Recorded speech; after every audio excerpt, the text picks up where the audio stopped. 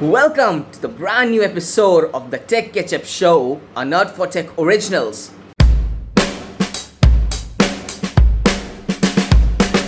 Today we have with us Ekaterina Solomenia, who is a creative director, an entrepreneur, and the co-founder of Future London Academy. In this episode, we discussed a lot about human psychology and had tried to develop some solid relationships between human psychology, designs, and entrepreneurship. So if you are someone who is into this world of designing, then this episode is definitely for you.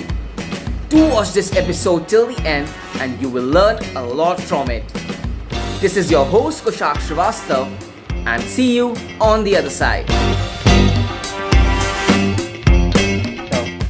Katrina, welcome to the show, the Tech Ketchup, a Nerd for Tech original. And since a lot of budding product developer and designers would be listening to this, I hope we have a great discussion. Looking forward to it. Yes, ma'am. So, how's your day going, and how are you? Yeah, it has been a great week. It's Friday and it's very hot today in London. So we're definitely enjoying a few sunny days that we can have during this summer. So yeah, overall, all good. Okay, ma'am. I was just researching about you while going through your profile. So I came to understand about you. Like, you are a person who has a deep understanding of human psychology, and who has studied a lot about the way human process everything, and you actually put those understanding of yours in your work and implement them. So how have you developed that understanding, that sense of understanding in human psychology, and how easy it is or how difficult it is to just implement that thing in your work and show it in some practicality? Sure. I think it would be good to start from a little bit of context. What do I do and where I'm from? For those of you who haven't heard of me, I run Future London Academy, an incredible organization that helps creatives from all around the world get better and even run better companies, run better design businesses. But my background actually is from tech world. So I used to be a developer and I studied programming C and C++ ages ago when I was young. After that, I realized that probably programming is not my thing, even though I was quite good at it, but definitely didn't enjoy it as much as my friends who could do it all day and night. So I realized that probably they will be much more successful because they just have more passion for it. Well, I had passion for design, so I switched to studying design and eventually became graphic designer, branding designer. I have 2.5 degrees now, but I worked in advertising, I worked in branding in digital, and kind of then merged it all and became a creative director. So my kind of career touched on different areas of technology, design, and as you mentioned, then I stumbled upon psychology as well. It's very interesting that you started with the angle of psychology, because even though that's something I am personally very passionate about, actually not many people know that about me, and that's not something that I suppose I talk a lot about, so I'm very happy to dive deeper into that. Yeah, sure. So when I spent all these years working in design industry, and I've been very lucky to work with people like Michael Wolff, the founder of Orleans, with Donatella Versace, with some of the most incredible people that are on this planet. And it was just amazing for me how they work, how they create, how they build teams and companies and organizations. And eventually I decided that it's time for me to build my own company, and that's how Future London Academy happened. Mm-hmm. And I wanted to create essentially a place where people like myself could learn. Even if you already know a lot, there is still a lot to learn. And again, we all are life learners and we'll live to 100 years old, I assume. So we better be prepared to learn as we go. Yeah, very and true. I suppose that the moment in my career where I stumbled upon psychology as part of this journey was when I joined a company called Mind Gym, and I joined there to be part of the design team and actually do a lot of kind of more traditional design work. But very quick, I realized that the rest of the organizations are psychologists, so they all have PhDs in psychology, or they work as professional psychologists, and they build different things around psychology. So my job was to create design and creative campaigns that will use these psychological insights and actually create design experiences out of them, which was quite a different task from everything else I've done before.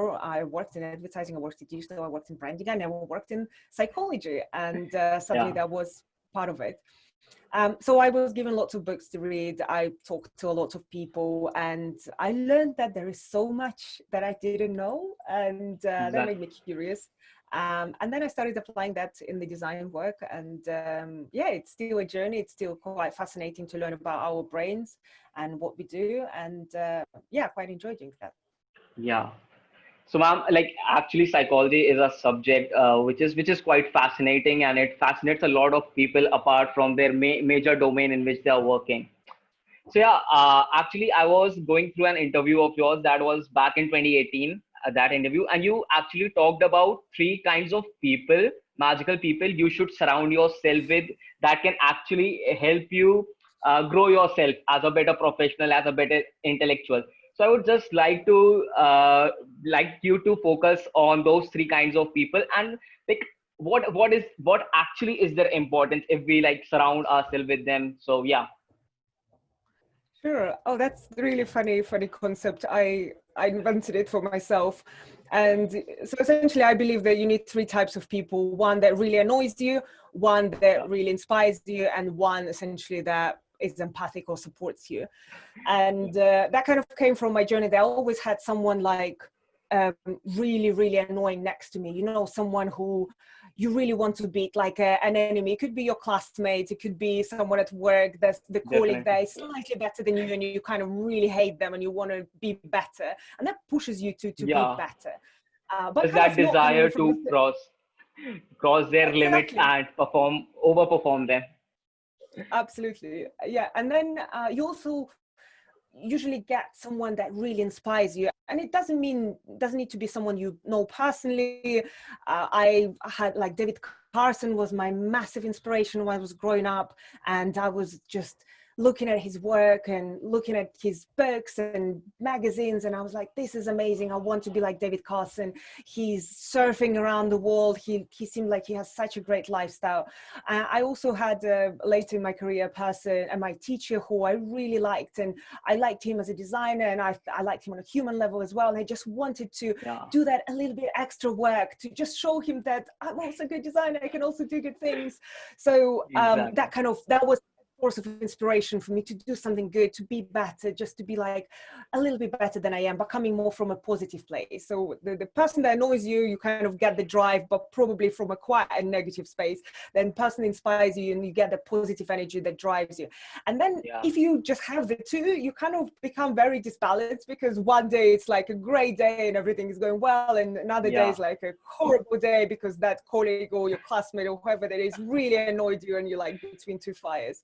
So I'm very lucky to have my sister in my life, who is my constant support and my everything. And whenever I had that kind of trouble between the two, I would always call her and say, you know, what's happening right now is just this annoying person is really annoying, or I'm like so inspired by this person, I can't sleep anymore, I have so many ideas and I just want to do more. And she would always like listen to me and just like, oh really, that sounds amazing, or that sounds horrible. And it's just knowing that there is someone there who will listen to you was a massive difference. So I would suggest everyone listening, find those three people in your life. It could be your family, could be your friends, could be someone else, but I found it very helpful. Definitely. So like it's like an equilibrium of all the three kinds of people, so that can push you grow as a better person.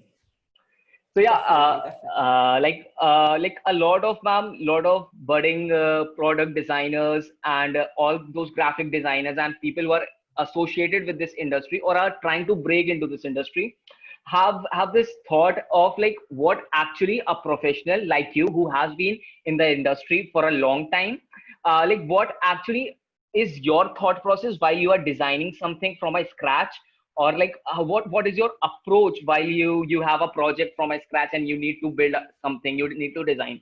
So yeah.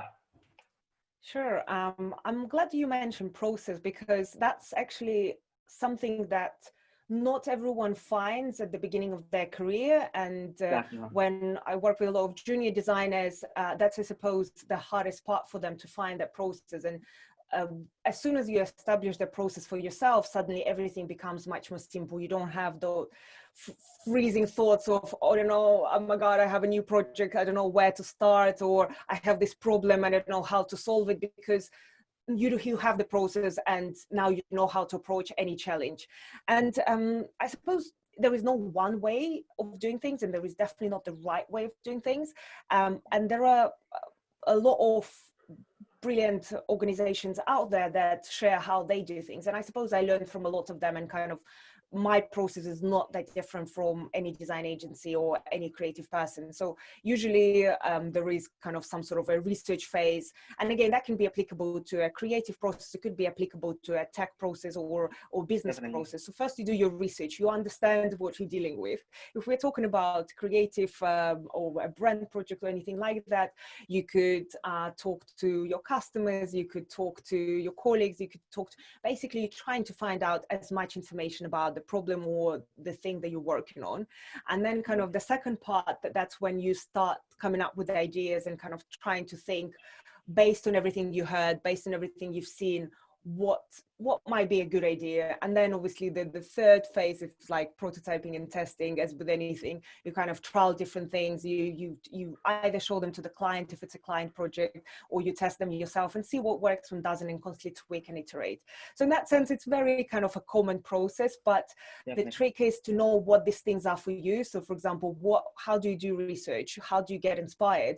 Do you go to museums? Do you go to libraries? Do you go to for a long walk, and that's what brings you inspiration? Where do you get information? Do you get it by talking to people, or do you do it by reading books, or do you do it by going on the internet? What are your sources of information that you use for the research phase? Then again, ideation. How do you ideate? Do you like to close yourself in a room and in a darkness sit and think about things, or are you more of a kind of a social person that just likes to talk to different people and bounce ideas around and come up with different things? Again, what is the space and how do you ideate the best? And then again, prototype and test. Again, depending on the project, do you need feedback from the business or from Yeah. the market? So you can't just like prototype and test in your own room. You actually need to constantly, I don't know, run Facebook ads Exactly. and see who clicks on them, or show something to your potential customers and get their opinion. So again, that process can change, but overall it's kind of these three stages. Fantastic. So, like, ma'am, since we at this age, we are like more focused on human-centric designs and designs that actually enhance user experience. So now a lot of these designs are what I feel are based on a lot of human psychology and how a human brain works and reacts to something. And then there has to be something like technicality of designing. So, like, how do you find that bridge, or how do you blend these two things to get a perfect design or a design that appeals to masses? Like, how do you find that space where you create a design where you have studied that human psychology and understanding and are putting it and blending it with those technicalities of designs? So I think there are different angles we can take about. Essentially, the question is how to create great products and services. Exactly, And if as only there simple. was a simple answer, if only there was a magical wand and the magical framework that could help everyone. But Why? the way I see any design or innovation process is actually a combination of three areas. One is methodologies, tools, technologies, whatever you have. That's kind of one part. And as you said, Hmm. like processes could be one part. To have that established thing, it could be that part. So one is essentially like the tools, the frameworks. Second part is the culture, and that could include psychology, that could include the team that you have, it could include the space that you build in. Like, do you have the environment to feel inspired to do great things? As I mentioned before, are you a person that needs to be left alone? Do you have that space in your time where you actually left alone? Or Yeah. are you more a social person and you literally don't have this opportunities to interact with others. So do you have the space and like the culture that supports that creative process? Doesn't matter if you work on your own and that's your personal culture and rituals, or if you run an organization and a company. Again, is everyone constantly feeling inspired? Do they have the space for creativity? Do they feel supported? Are they blamed for failures, or they encouraged to try and fail? Like, what kind of culture do you have there? And then the Yeah. third part is the leadership. So again, and that could be, if you work on your own, that's kind of your personal vision, where you're going. But if you run an organization, obviously as a leader, then you need to give that vision to the rest of the people and create a strategy that supports it. If your strategy is like just lay low and kind of leave things as they are and don't shake the boat, then probably amazing ideas and innovation not what will happen in your organization, because it includes a lot of failures, it includes a lot of uncomfortable conversations. So that if that's your strategy, probably nothing good will happen. But if you're a visionary who wants to do things differently, who has that vision that design can bring a lot of great things to the world, and who is in general on a mission to make a positive impact on the world, then there will be more support and there will be more things happening in your team or company. Yeah, amazing. So like I was going through your LinkedIn bio, and then I found out that the I read the vision statement of your organization, Future London Academy, and it is something like our mission is to erase borders between professional communities from different countries and give them knowledge and inspiration to make the world better. So like we at Nerd for Tech are also kind of working on a similar, building on a similar community. We are trying to build tech enthusiasts, people who are trying to break into this industry, professionals like you and all the domains of technology and business. We are trying to bring them under one roof so that we can create an ecosystem where everyone can contribute their experiences, their knowledge, skills, so that there can be collaborations and mutual growth can take place. So like we are working on something like this, and this podcast is a part of that effort. So like now, as an entrepreneur or as a co-founder, like whenever I am thinking of launching a campaign or a product for my organization. Now there is this challenge of making a balance between I need to follow, I need to stick to my vision statement and a mission of my organization, and then there has to be some kind of numbers coming from the market, and there has to be something market success. So like how do you, like when you are designing a campaign or a product for your organization or any such thing like that, how do you find that balance of like you are stuck to you synchronize with your vision statement also, and then you are also focusing on that market portion, so that something like you can have some numbers working in the market also? Sure. And thanks for sharing our vision. And I'm glad that you have similar one. I think it's so great that there are communities and organizations and people like you who trying to do more to connect people and do more to bring knowledge and inspiration to people, because that is what will drive us all to better future. And I definitely believe that. So thanks for doing that. And I think you're on a Our great pleasure, path.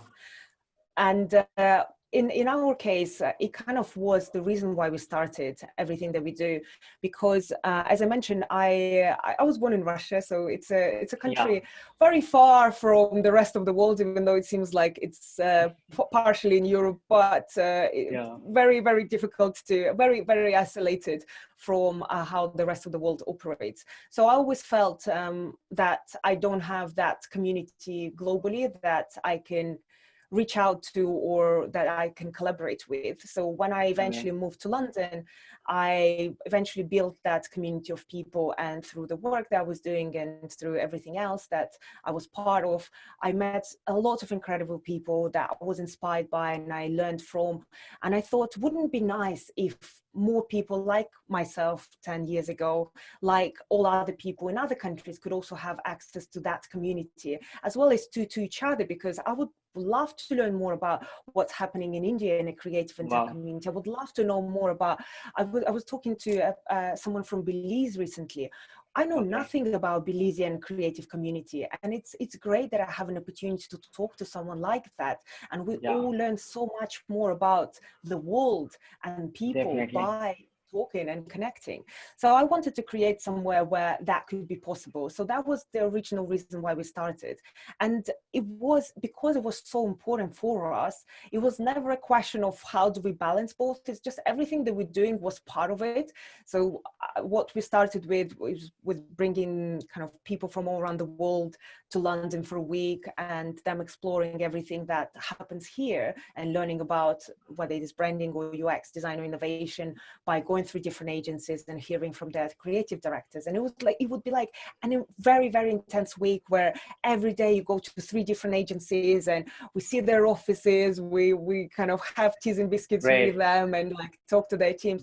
And it's very, very inspiring, but also it's really inspiring to be part of this group of 30 people from all around the world, from Australia to China to California to Nigeria to Russia, and they're all incredibly successful in their own people. They all work in design and innovation and technology. They have jobs, they're doing something interesting, but in their country, in their city, in their area. And suddenly bringing them all together and sharing that passion for creativity and design, it creates magic. And the conversations that they have, and when they would go for a drink afterwards, and just have all of this interesting talks about challenges they have, how they overcome them. And turns out we all are we're very similar. We all have the same problems with clients and projects, and that's when the real realization happens that we as a world are one thing. These borders and countries, it's all fictional, and it's just a physical interpretations of things. Like we have same feelings, emotions, we face same problems, like we crave for similar things all over the world. So that you're correct, ma'am. Definitely carry on, please. Amazing. We are very, very much the same, and we saw a lot of collaborations coming out of it. We would have people who start businesses together, who collaborate on projects, who travel to each other's countries, who become friends for life from completely different places on the planet, and continue talking. Again, technology is great now that you can continue these relationships after you move to different places. Definitely. So that's what I suppose drove us to keep doing it. And because when we started the company, it was actually a side project. I still had my full-time career as a creative director, and my business partner Mo, he also was employed full-time. For us, it was more a good thing to do that we really enjoyed, and we just wanted to be part of it. And it wasn't a very profitable enterprise, let's put it that way. So that's why it was always just the side hustle that we really enjoyed, and only because we really enjoyed doing it, and because there was a real mission there that we really believed in. That's why it started growing, and suddenly more and more people were coming, and we were getting more and more requests from big organizations to run something like that just for their teams and bring all the knowledge and expertise. So suddenly it became a much bigger thing. And but if we didn't start with our own passion and our own mission, then we would have probably given up very quickly. Yeah, crazy. So like, ma'am, now as we are an early stage startup, we are at a very early stage. And so like there is this challenge, and I guess a lot of co-founders and entrepreneurs must be facing it, is the building of the core team. So like it is the, like it is, you can say, the best part of building a startup, and worst part also. So like this has to be there. Like if you find the right people, like your startup and your company can like grow amazingly. And if you get the wrong peoples out there, and then it is very difficult to like figure them out and tell them like how to work. And if there is no resonance between you and their vision, like if you are not on the same page, then things can really turn up messy. So like what do you think, like what kind of a mindset when I'm approaching for hiring process, like what should be there, and like how to get that balance of an employee employer relationship, a healthy relationship? Like how can that be possible at a very early stage when like we are? Absolutely. And I think the most important part at the early stage is getting the people that you enjoy working with, because you will be spending a lot of time with them, and making sure that they share the same vision and the same passion. Doesn't mean they are the same as you, but you just enjoy hanging out with them. It is crucial, and skills and everything else, they come second, I have to say, just because the first years of any startup will be tough. And you need people around you who will support you. You will need people around you who you genuinely enjoy hanging out with, and you would go for a drink after, and you will stay late night without hating their company. So it's very important to find people that just fun to hang out. So that's first thing. And they say the first 7 people essentially should be like people you get along with. Afterwards, you can hire a genius that maybe not really your type, but because they kind of do their own job well, then that's fine. But first 7 people should be people you generally like. Then second thing is getting people who have grit, who have tenacity, who are resilient. Again, because startup is very different from any other type of organization, you need to make sure that when you change your vision, or you change, maybe not vision, but when you change your strategy, when you change what you're doing, you pivot your product, changes happen every single day, and people need to be okay with that. And not everyone likes that. And there are people who much more prefer to work in large organization where every day is the same, and you know what you're doing, and you have a plan for next month, for next 6 months, for next year, and you're working towards that plan. I would die in that environment. I would completely I don't know, I get bored. I wouldn't go to work. For me, it's difficult to, stability is essentially exhausting. It becomes routine. It becomes just a boring thing to do. So I'm myself like that. I like change. I like when we kind of, every time we can make a decision on what we're doing next. And luckily I found the people who are okay with that as well. And again, that's very important to test. And not everyone, I made mistakes as well, and I would hire people who also would prefer to actually have more stable thing. It doesn't mean they're bad employees. It doesn't mean they're not good at what they do. They will be absolutely brilliant somewhere else. And I've seen people thriving after not fitting our team, and then going to other places and building incredible careers, and that's fantastic. So just picking people who are resilient, who will be okay with change, and kind of you can hear that from interviews. You can hear the stories of failures and kind of what people done. And only third one will be the skill. And again, it depends. You can approach it differently. You can hire people who might not have enough skill, but happy to learn with you. So that ability to learn and kind of quickly gain the skills they need. We hired a lot of people who not necessarily had any previous experience, but were ready to learn quickly from us and would pick up things very, very quickly. And I love that, because then they know the way you work and the way you do things, and they do things that way. So that's sometimes the best. If you don't have time, if you are in the stage of a startup when you just need things to be done, then it's better to hire someone who knows exactly what they're doing. And again, they might be very junior and very good at one particular thing, but you really need that person to help you out at this point. And they might stay with you afterwards, they might not, but it's okay. Right now you need someone who will fix whatever problem you have. But yeah, having that it's very important. Wow. So like, ma'am, that was a great discussion. And like, just a last thing too, and this is a tradition at the Tech Ketchup Show. So like, we request our guests to just give us few suggestions. Maybe it may be a book or a podcast or some speaker or any other resources that you have been following, or that has helped you to become like to grow as a person, as a professional, as an intellectual in a better way. So yeah, please. Sure. So first of all, of course, follow Future London Academy. We share a lot of great content on Instagram, TikTok, LinkedIn, Facebook, Twitter, everywhere. So just search Future London Academy, or on Twitter, we're F London Academy. And we also have a podcast called Creative Capes, where I interview people. So definitely follow that. the reason why we do that actually is because we love learning ourselves. So a lot of things that we share is just things that we found, like books and tips, just we found useful.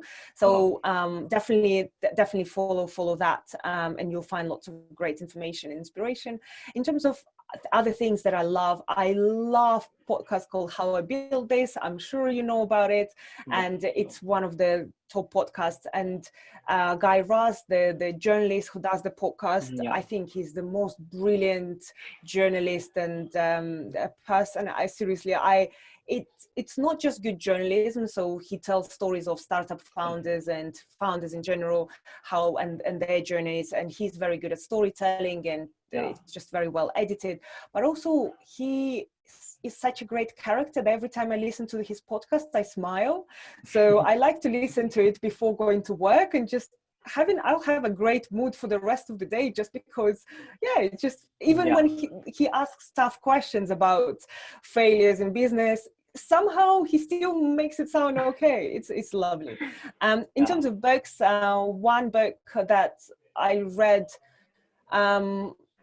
probably recently is Peak, P-E-A-K, and it's actually about athletes and how to create peak performance, but it is so applicable to business, to design, to whatever you do. Essentially, it's a book that teaches you how to be better at anything that you do, and it applies psychological strategies, it applies chemical and physical strategies to obviously to achieve peak performance. But seriously, very good book to get better at anything you are trying to get better at. Wow. Thanks a lot, ma'am. It was a pleasure talking to you on the show. And please, all the everyone who is listening to this podcast, anyway, just follow us, like us, subscribe. So in order to listen such beautiful content out there. So ma'am, it was a great time having you on the show. Thanks a lot. Thanks for having me. It was a pleasure, and good luck to your ventures as well as everyone who's listening. I'm sure you'll create something amazing. So good luck to you, and stay strong. And I'm sure we'll all create something amazing together. Definitely, ma'am. Thanks a lot. Thanks a lot for your wishes, and good luck to you too. I just hope we remain connected and we do some more stuffs together in the future. Brilliant. Love that. Thank you. Okay, ma'am. Thank you, ma'am. Bye. Bye, ma'am.